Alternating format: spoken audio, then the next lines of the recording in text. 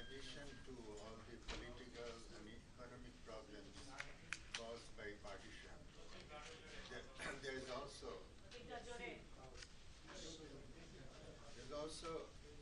a question of identity and psychological problems among the refugees and immigrants who move from one country to another.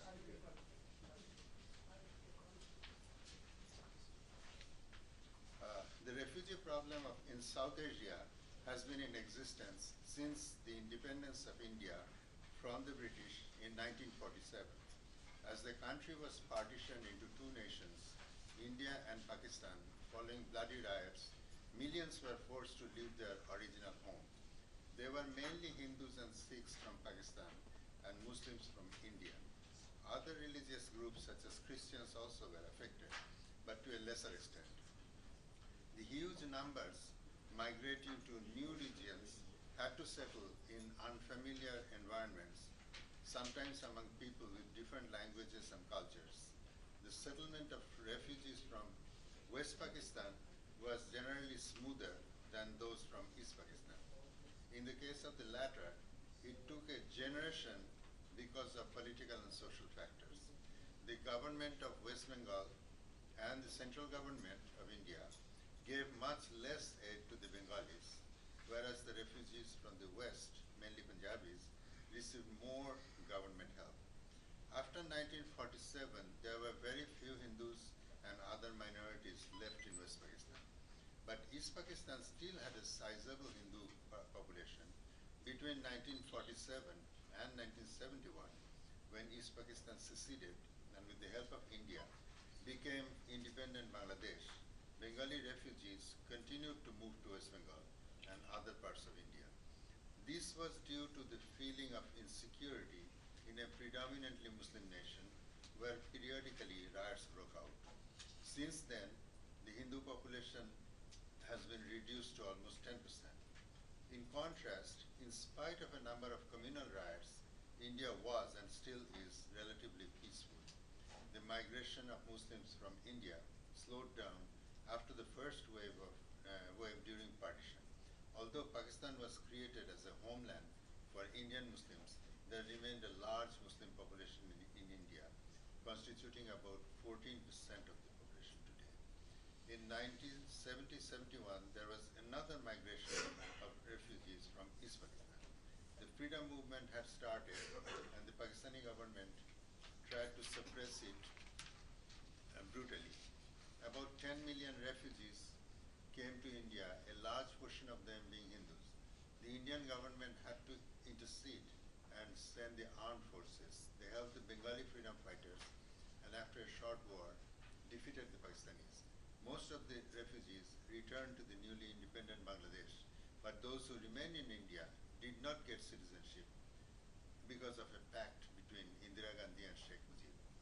This proved to be disastrous for the refugees. The refugees stayed in a limbo, virtually stateless and without even an officially recognized refugee status.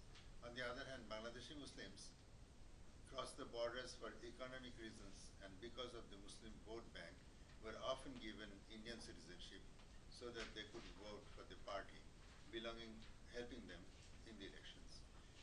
Even today, many Hindus are leaving Bangladesh, sometimes sending Bengal family members first and slowly moving their assets until their final move.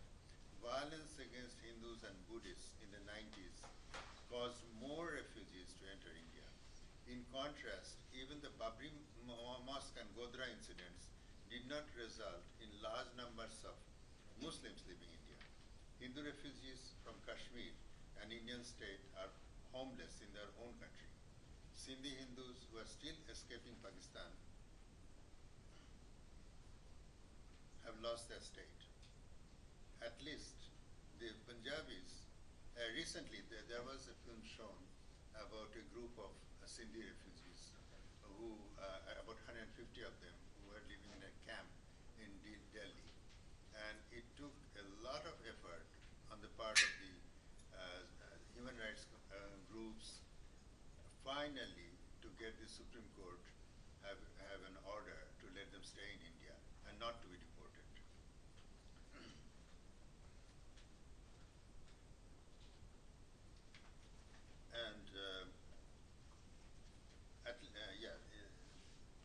Punjabis and Bengalis have resettled among their counterparts in India, but Sindhis didn't have that opportunity. Last month there were attacks on Buddhists in Bangladesh, and if it continues, there could be another influx of refugees, Buddhists this time. Actually, many of them belonging to several tribes had moved to Tripura and Assam in the past. The question of identity for the refugees, as well as those who chose to stay, is important. Partition caused complicated feelings in many people. My cousin, who was born in British India in the 1940s, was successively Indian, Pakistani, and Bangladeshi. Like him, many others had 2 or 3 citizenships during their life, even without moving. In spite of their sufferings in the hands of Pakistanis and their Muslim Bengali collaborators, many non-Muslims decided to stay in Bangladesh when it became independent. From conversations with some of them, I found that they had contradictory feelings. As successful professionals and businessmen, they were not particularly vulnerable to violence. They had generally good relationships with Muslims and were not afraid to express their opinion. At the same time, they had a feeling of insecurity which exists even today. There was no guarantee that they would be safe if another outbreak took place. This is in contrast to those who were less educated and lived in small towns and villages. The latter felt helpless and yet had a strong attachment to their homeland. If they could, they would send their children, especially daughters, to India. Hindu refugees from Pakistan have virtually given up their formal identity.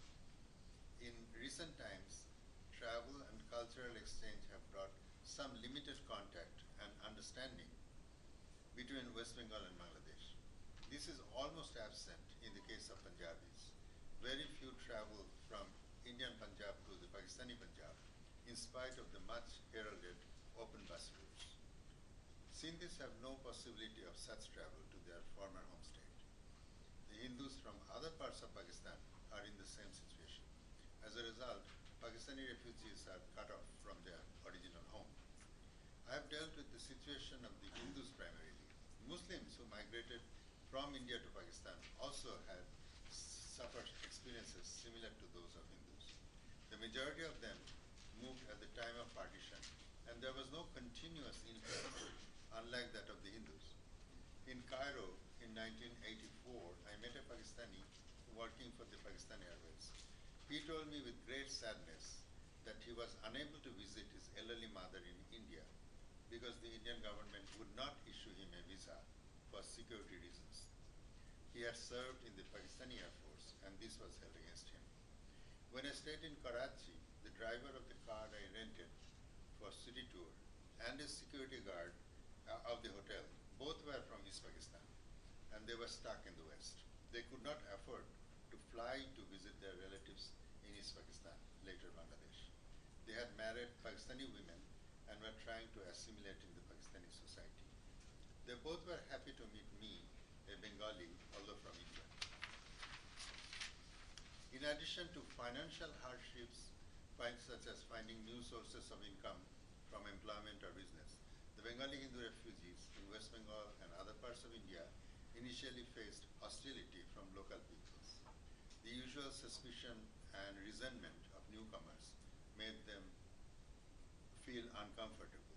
Even in West Bengal, where many of them had friends and relatives, were seen as troublemakers. Often they were ridiculed for their accent and habits, which were distinct from the West Bengalis.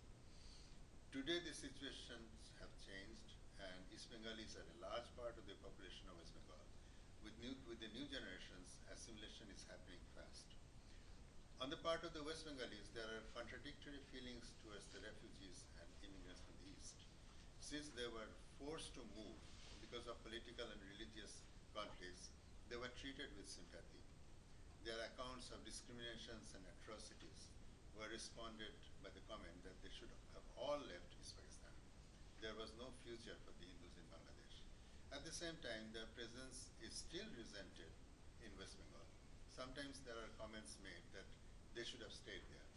The new generations of Bengalis in both Bangladesh and West Bengal have no memory of partition. Those after 1971 have only limited knowledge of the experience of their parents and grandparents. Hopefully, with some form of mutual understanding, conflicts in South Asia will be reduced in the future. ISPaD has been documenting the experiences of the refugees and those who stayed in their home countries through interviews. However, as far as I know, no detailed study of their feelings and interactions have been made. This is a possible field of research for sociologists, psychologists, and cultural anthropologists. I'm suggesting that this is looked into and studies are made in South Asian countries and in other parts of the world where the refugees settled. Thank you.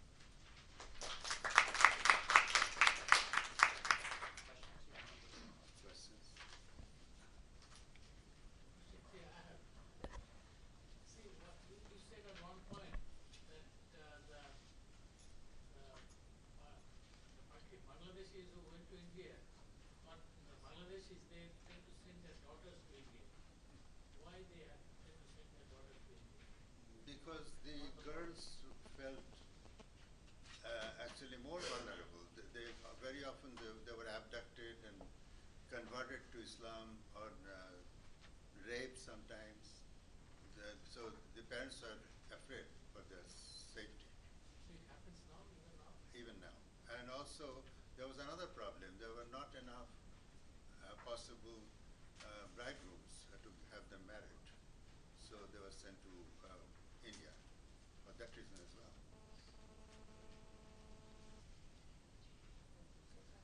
Mr. Gupta, you have mentioned about this migration of the Hindus to India and Muslim to Pakistan. In contrast, even the Babri Mosque and Botra incident did not result in a large number of Muslims leaving India. Do you think any number of Muslims of India migrated to Pakistan after Botra or Babri Mosque? Not that I know of. I've never heard. I think it is wrong conception. Yeah, I guess the language wasn't correct. You say not that. Nobody. There was no migration. Correct. It should be corrected. Right. Mr. Pratip Dasgupta, Yes. first I thank you for presenting this valuable document. I like to add with this document that after the partition of India during the last 65 years, some 20 to 25 million people from Bangladesh have been evicted or persecuted from their ancestral homes. And now they are floating in the Indian subcontinent, stateless, nationless, and homeless. What do you suggest for them? Well, I really can't suggest anything. It is, I think in the long run, it's really the resolution of the political conflicts. Other than that, and of course, education for the new generations, maybe they will be more peaceful. Unless, of course, there are these fundamentalists and other troublemakers who take advantage of the situation and use religion very often, mixing it with politics.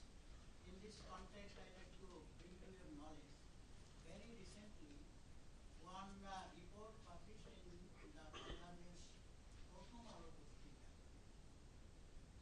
and the reporter showed during the last 10 years, in some 15 districts, 9 million people have been, sorry, 9 large people have been reduced, minority community, of minority community. If in this way, the minority community people are reduced, at one time there shall be no minority people in Bangladesh. There is real danger for that, yes. And on the other hand, in the opposite direction, some of the districts of West Bengal are becoming large Muslim, Yes, not only Muslim yes. minority, but they're slowly becoming majority, even in some cases. And a lot of people from majority community of East Bengal territory coming to West Bengal and they are taking part in economic activities, and they are also somebody is going to be settled there. I mentioned that in the paper, that they are being held by the political parties. Thank you. Thank you.